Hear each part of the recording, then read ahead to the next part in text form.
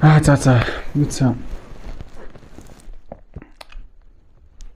Үгүй юу ч гэсэн нэг амьдралд нь хэрэгтэй. Ингээд зарим бичлэгүүд маань ингээ аяга харахаар ингээ тойрцсон тий. Ингээл нэг юм ингээд тойроод нэг үр дүнгууч юм уу нэг савцсан бичлэг болчиход. Тэр яг өнөөдөр би яг энэ бичлэгийг яг нэг чиглэлтэй хийл да. Тэгвэл чиглэл нь яг юу байх юм бэ гэхээр хараа энерги тэр хуулийг нэг аль нэг хуулийн тухай яриад тэгэхээр хуулийн тухай ярихаар илүү ингээ чиглэлтэй тэг илүү гарц гаргалгаатай бас яриа болдог гэж магадгүй.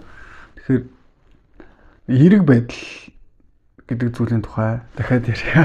Энэ сэдв үнэхээр чухал сэдв учраас мянган удаа ярьсан ч яг хөө. Тэгэхээр эерэг байдал гэдэг зүйл яг хизээ ирэх юм бэ гэхээр хүчтэй байхад ирдэг байхгүй юу? Баян байхад ирдэг, мөнгөтэй байхад өмнө ирдэг байхгүй юу?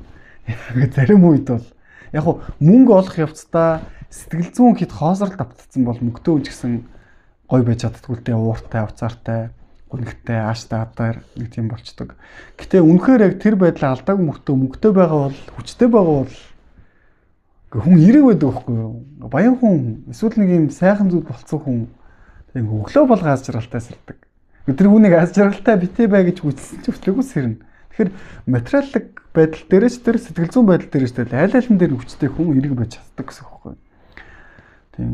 Тэгэхээр ер нь бол одоо би та нарыг худлаа эерэг байха болох гэдэг байгаа байхгүй юу? Үнэхээр ингээд үр хөвгт нь өссөн, зовцсон тий ядуу өөрөө өвчтөй ийм байгаа бол хүн эерэг байгээд мянган удаа будаач нэмэр байхгүй шүү дээ. Тэгэхээр бие махбод нь 90 сар бол байгаа бол хүн эерэг байж чаддаг байхгүй юу? Нэг шүд өвдөхөд ямар их зовлон учирдаг вүлээ. Тэр хүн эерэг байж чадах уу? Тэр өвчнийхээ тухай бодно шүү дээ. Нэг үрзэлтэй хүн тэр үрзэлийнхаа тухай бодно. Ямар хүн эерэг байж чадах юм бэ гэхээр бүх төрөлтөө дархлаад байгаа юм баггүй юу? Тэгэхээр монгол хүн бол баян байх хэрэгцээ байгаа.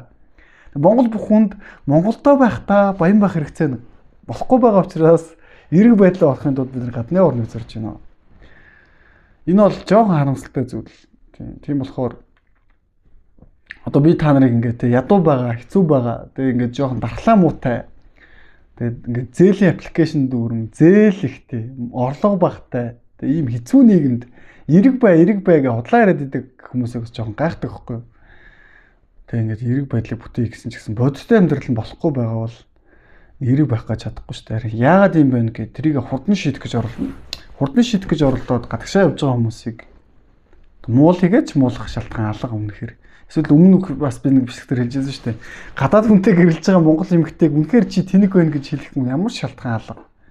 Тэгээ Монголын тэр яг тэр ирчүүд ядуу байгаа.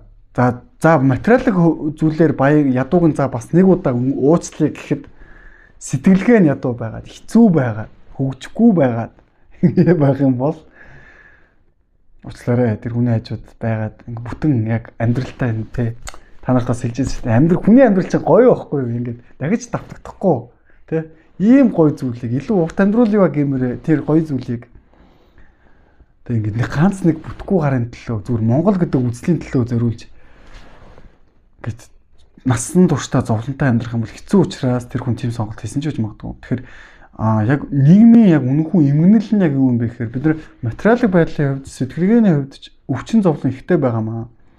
Бид нар өвчнөө шийдэхин тулд Монголдо яг шийдэж болж байгаа хүмүүс эсвүүд нь байна. Гэхдээ тэр нь цөөхөн. Тэгээд ихэнхдээ хэцүү байх учраас энэ зүйлүүдийг яах нь энэ зүйлийг шийдэхин тулд хурдан шийдэхин тулд бид нар гадны орныг зорж байна.